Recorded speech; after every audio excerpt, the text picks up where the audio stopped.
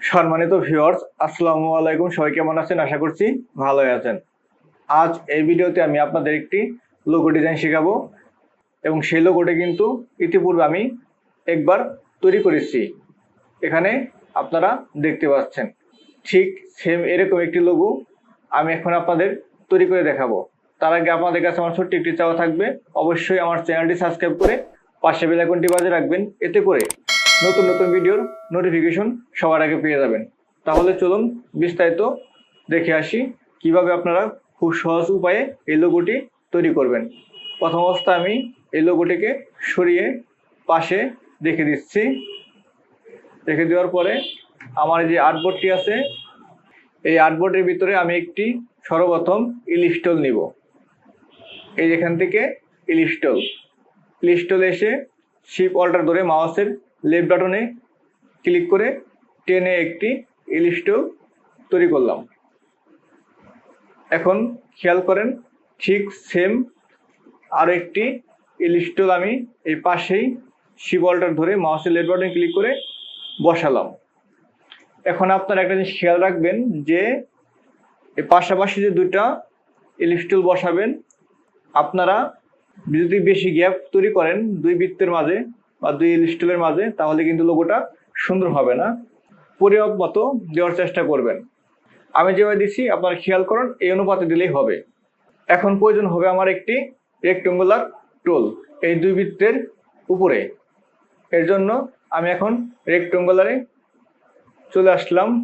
আসার পরে এই যেখানে মাউস রাখছি দেখেন, খেয়াল করেন, একটু নড়াচড়া করবেন, মাউসটা আপনার একটু নড়াচড়া করবেন। নড়াচড়া করার পরে খেয়াল করবেন, দেখবেন উপর দিকে একটি স্কেল আসছে এবং নিচের দিকে একটি স্কেল আসছে বৃত্তের উপরে এবং সাইড দিয়ে। যদি আপনাদের এই স্কেলটি না আসে তাহলে কন্ট্রোল ইউ মেরে কাজ করবেন, আপনাদের এই স্কেলটি আসবে। আর যদি আনা থাকে তাহলে কন্ট্রোল ইউ মারার প্রয়োজন নাই। এখন আমি এই পজিশনে ক্লিক করে মাউসের লেফট বাটনে ক্লিক করে টেনে অর্থাৎ দুই ইলিস্টলের উপরে বসিয়ে দিলাম।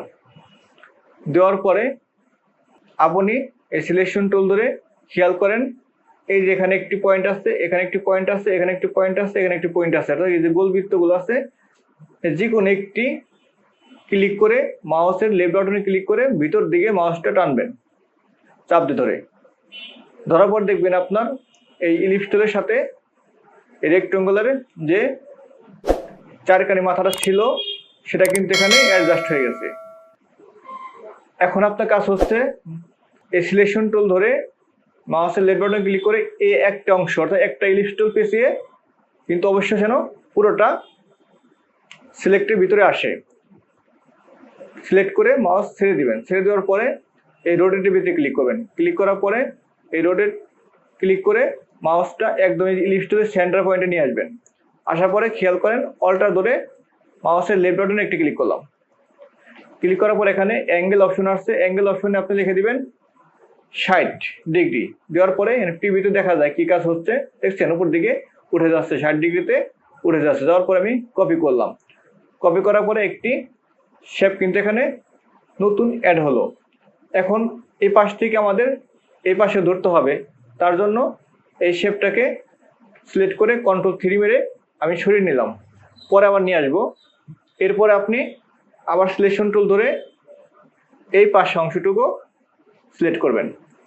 সিলেক্ট করার পরে আপনি আবার এই রোটেটে ক্লিক করে অল্টার ধরে মাউসের লেফট বাটনে ক্লিক করে এই সেন্টার পয়েন্টে ক্লিক করবেন। ক্লিক করার পরে দেখেন নিচের দিকে এটা শো করছে শেপটা, কিন্তু নিচে যাবে না, এটা লাগবে আমার উপরের দিকে। এজন্য এই শাড়ির সামনে আমি এখানে একটি মাইনাস দিয়ে দিব। মাইনাস দেওয়ার পরে টিভিতে দেখছি দেখেন এর উপরে উঠে গেছে, অর্থাৎ নিচের দিকে আর নেই, উপরের দিকে চলে গেছে। যাওয়ার পরে কপি, এই কপিতে একটি ক্লিক করলাম। ক্লিক করার পরে নতুন শেপ তৈরি হইলো। হওয়ার পরে আমি আগে যে শেপটি সরিয়ে রাখছিলাম সেই শেপটি আবার ফেরত নিয়ে আসবো কন্ট্রোল অল্টার 3 দিয়ে। জায়গা মতো কিন্তু চলে আসছে। এখন আমি পূর্বে যে কথা বলছিলাম যে দুই বৃত্তের মাঝে গ্যাপটা কেন কাছাকাছি দিবেন, যদি এখানে যে গ্যাপটা হয়েছে এই গ্যাপটা কিন্তু এই দুই বৃত্তের কারণে, যদি এটা ফাঁকে যেত তাহলে কিন্তু এই অংশটুকু অনেকটা ছোট আসতো। এজন্য আমি কাছাকাছি বসানোর চেষ্টা করছি। এমন কাছে দেওয়া যাবে না যেন লোগোটা আবার দেখতে ভালো না লাগে, পরিমাপ মতো দিতে হবে। এখন আসেন এই সিলেকশন টুল থেকে আমি পুরোটা সিলেক্ট করলাম। সিলেক্ট করার পরে চলে আসবেন আপনি শেপ ব্লেন্ডার, এখানে একটি ক্লিক করবেন। ক্লিক করার পরে এখান থেকে যে কোনো একটি কালার চয়েস দিবেন।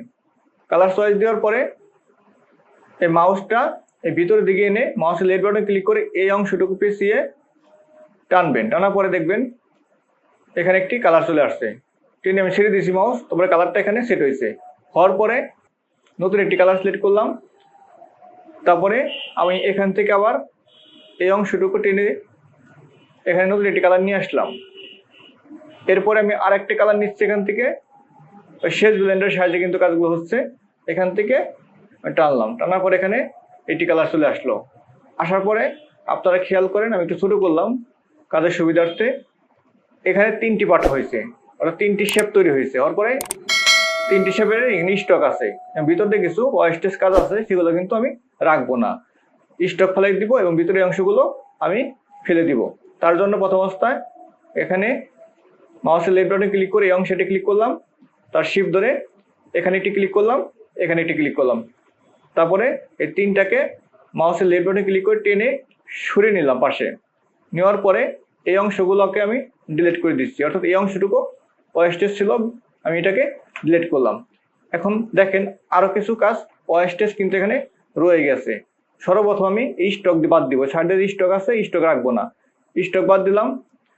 বাদ দেওয়ার পরে এখন আপনারা একটু ভালো মতো খেয়াল করেন যে কাজের ভিতরে কিন্তু কিছু ওয়েস্টেজ আছে, যেখানে কিছু অংশ দেখাচ্ছে যেখানে এখানে, এগুলো আমি কিন্তু রাখবো না।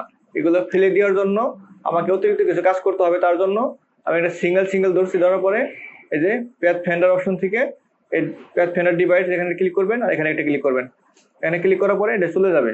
ঠিক এই পাশে একইভাবে আপনি বাদ দিয়ে দিবেন। এখানে একটি ক্লিক করলাম এবং এখানে একটি ক্লিক করলাম প্যাথ ফেন্ডার থেকে, খেয়াল করেন।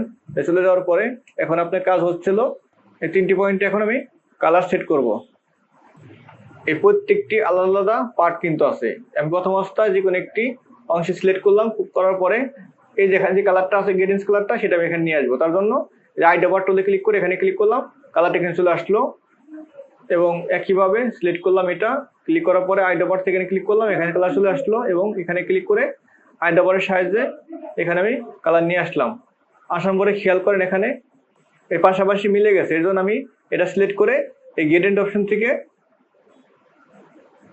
এটাকে এইভাবে একটু কাট করে টেনে দিলাম। টেনে দেওয়ার পরে কালারটা কিন্তু ডিফারেন্স হয়ে গেল। এখন দেখেন লোগো কিন্তু আমার কমপ্লিট।